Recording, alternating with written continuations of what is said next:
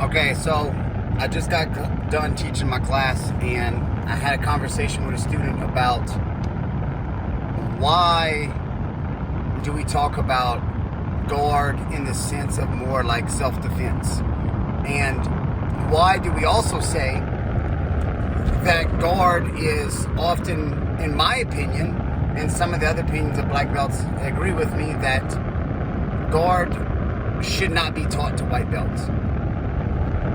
So it's kind of a contradictory situation. Let me break it down real quick. Let's show you my thoughts on it. So, one, who made jiu-jitsu popular? The Gracies, okay? You saw Hoist pull a lot of guard, all right? Especially in the early UFCs. Gracie himself, Julio, did a lot of guard play in his mixed martial arts, full contact Vale Tudo fighting, all right? It was a very dominant guard to use. It works very well for self-defense purposes, and what I mean by that is it's kind of been exposed already. The early UFCs could have been arguably set up for the Gracies, to where they fought people who didn't know much about grappling. So pulling guard is a great self-defense situation.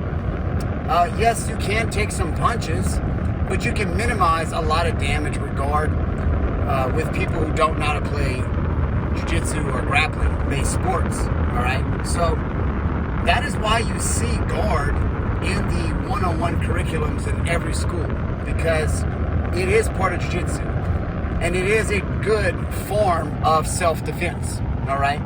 It is something that should be used in a self-defense purpose, because when you're in a conflict in the street, or your drunk uncle is trying to touch you, these morons don't know how to fight.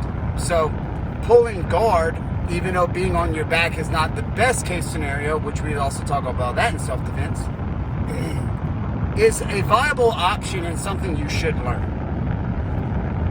So why am I saying that you shouldn't teach guard to white belts? Well, then you got people who come in and, yes, it's for self-defense, but at the same time, you know, we got people in there for sport, just like everything else, okay? They want to play the sport of jiu-jitsu.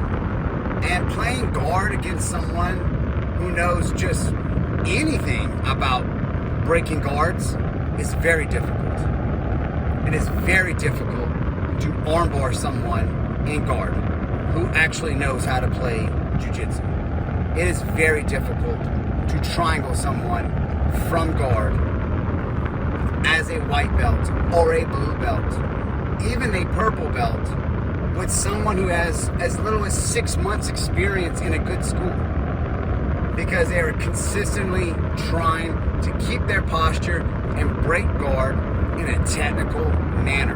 Where in a self-defense purposes, out in the street, when you're fighting a retard who doesn't know anything, it's easy to jack their shit up, all right? So, yes, guard is a two-way streak. I don't like it because I think it's a very frustrating position that's difficult for white belts and blue belts and even purple belts at sometimes to really truly master, and it can be very mentally frustrating and a daunting task where it makes you almost like want to quit because it just seems to never get any better.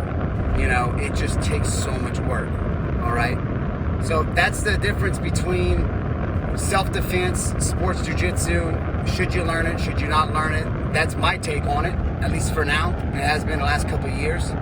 I still teach it regardless, but I do think it's kind of a hopeless cause, because when they come talk to me about, I can't do this, I can't do that, I tell them, yeah, I understand. It's hard. It's hard. It's not as easy as learning another system sometimes, all right?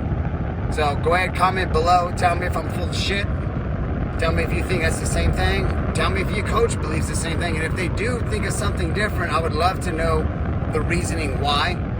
I'm always willing to learn. I always want to see the side that maybe I'm tunnel vision on I don't see. All right?